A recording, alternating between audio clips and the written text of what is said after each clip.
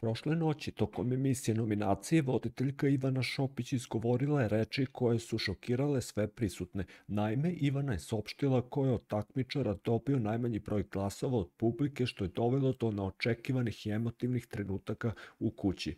Na početku Ivana je otkrila da je Miljana Kulić dobila 28 glasova, dok je Mateja Stanković sakupila svega 24 glasa. Ovaj rezultat doveo do toga da Miljana bude poslata u izolaciju, a njena reakcija bila je odlučna i borbena.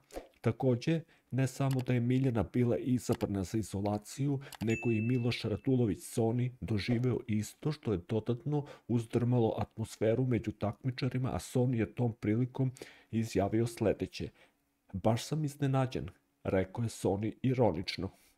"Ja sam posle svakog plača 100 puta jačao, duvaću ih sa glasovima u nedelju", izjavila je Miljana. "Ja sam šokirana zato što sam sve zamolila da pošalju mene u izolaciju, ali nisu me ispoštovali. U besu sam rekla svašta, ali hvala svakom ko je mene sačuvao", kazala je Matea.